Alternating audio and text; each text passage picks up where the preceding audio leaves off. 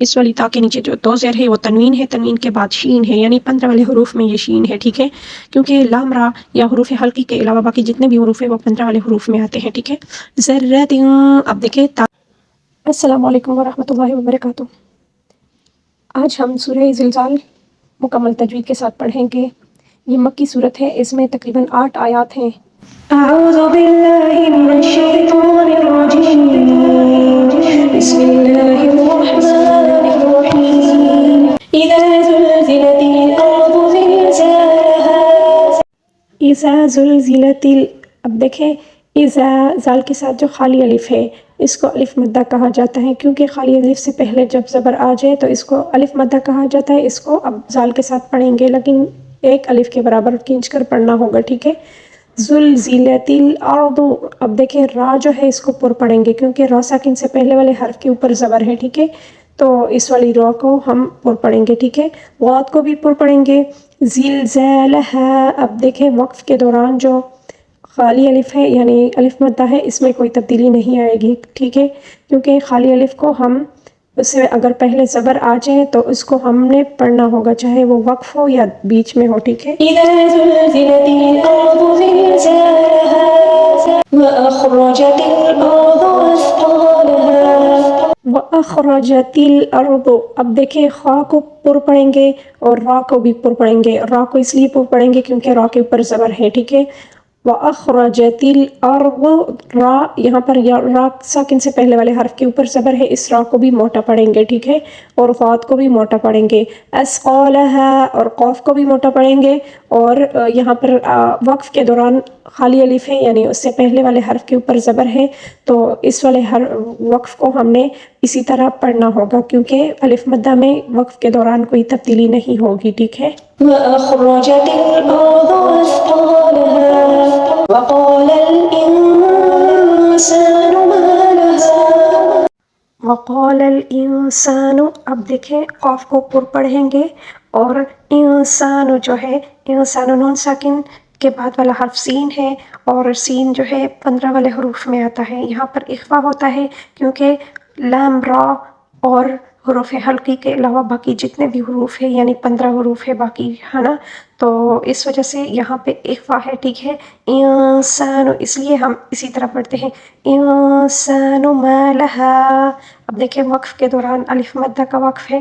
کیونکہ خالی الف ہے اور خالی الف سے پہلے والے حرف کے اوپر زبر ہے، تو اس والے یعنی ہا کے ساتھ ہم نے الف کو خالی الف کو پڑھنا ہے یعنی الف مدہ کو پڑھنا ہے، ٹھیک ہے، تو اسی دوران وقف میں کوئی تبدیلی نہیں ہوگی، ٹھیک ہے۔ وَقَالَ الْإِنسَانُ مَا لَهَا يَوْمَئِذٍ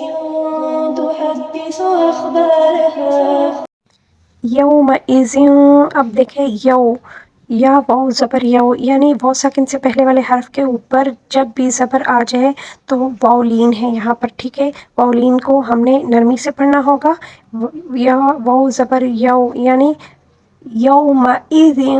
اب دیکھیں اذ،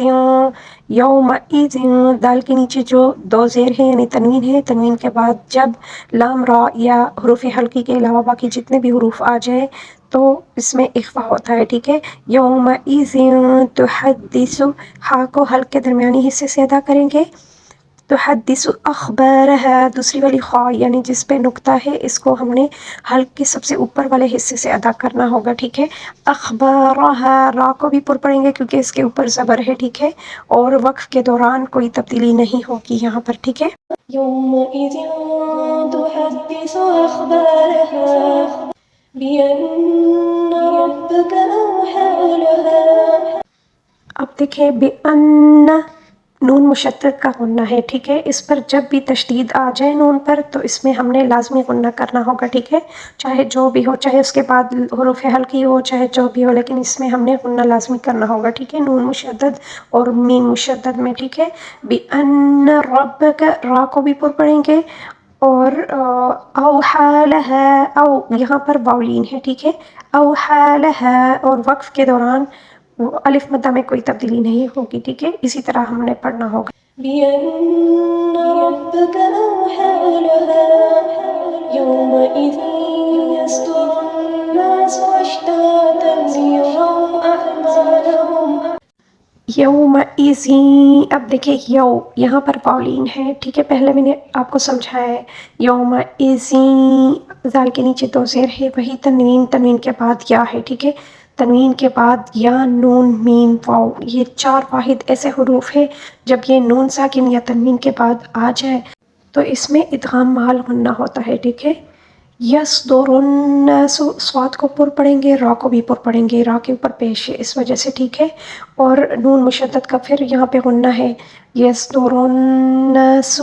سین کی سیٹی، اشتاتا لیروا،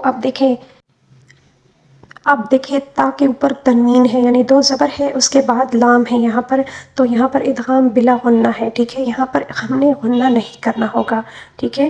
تو اشتاتا لیروا، را واو زبر رو، یہاں پر واولین ہے، ٹھیک ہے۔ اعمالہم، عین کو حلق کے درمیانی حصے سے ادا کریں گے، لہم، اور وقف کے دوران جو میم کے اوپر ساکن ہے اس میں کوئی تبدیلی نہیں ہوگی، ٹھیک ہے۔ یومئذ یصدر الناس اشتاتا لیروا اعمالہم فمن یعمل مثقال ذرة خیرا یرہ، فَمَن یعمل، اب دیکھیں فَمَن نون ساکن ہے، نون ساکن کے بعد یا ہے، ٹھیک ہے،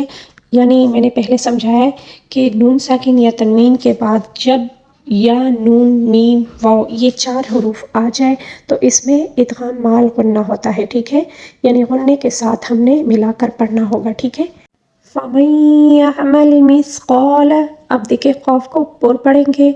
اور ذرۃ، ذرۃ، اب دیکھیں تا کے نیچے دو زیر ہے یعنی تنوین کے بعد اظہار کا قاعدہ ہے، حروف حلقی ہے خا، ٹھیک ہے، خا جو ہے یہ حروف حلقی میں آتا ہے، ٹھیک ہے، تو جب تنوین یا نون ساکن کے بعد حمزہ ہے، عین ہے، غین، خا، یہ چھ حروف میں سے جو بھی حرف آ جائے تو اس میں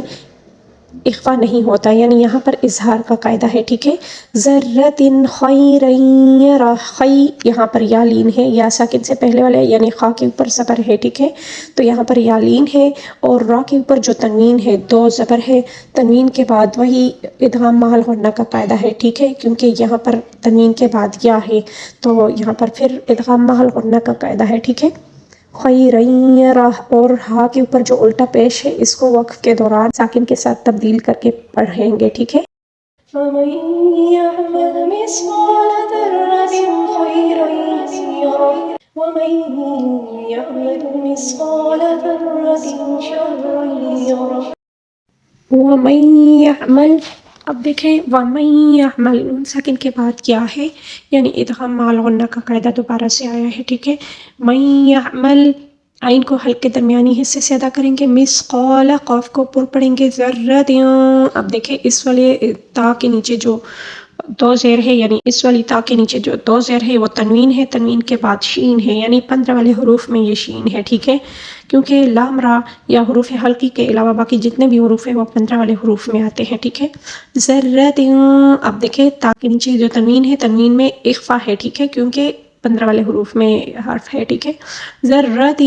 شرا یرہ، اب دیکھیں را کے اوپر جو تنوین ہے اس کے بعد تنوین کے بعد یہاں پر یا ہے تو اس کو ادغام مع الغنہ کہا جاتا ہے، ٹھیک ہے، یہاں پر ہم نے غنے کے ساتھ ملا کر پڑھنا ہوگا، ٹھیک ہے، را کو، تو تنوین کے بعد یا ہے، ٹھیک ہے، اس وجہ سے شرا یرہ، را کو پر پڑھیں گے کیونکہ را کے اوپر زبر ہے، ٹھیک ہے، اور الٹا پیش کو وقف کی صورت میں ساکن کے ساتھ تبدیل کر کے پڑھیں گے، ٹھیک ہے۔ وَمَن يَعْمَلْ مِثْقَالَ ذَرَّةٍ شَرًّا يَرَهُ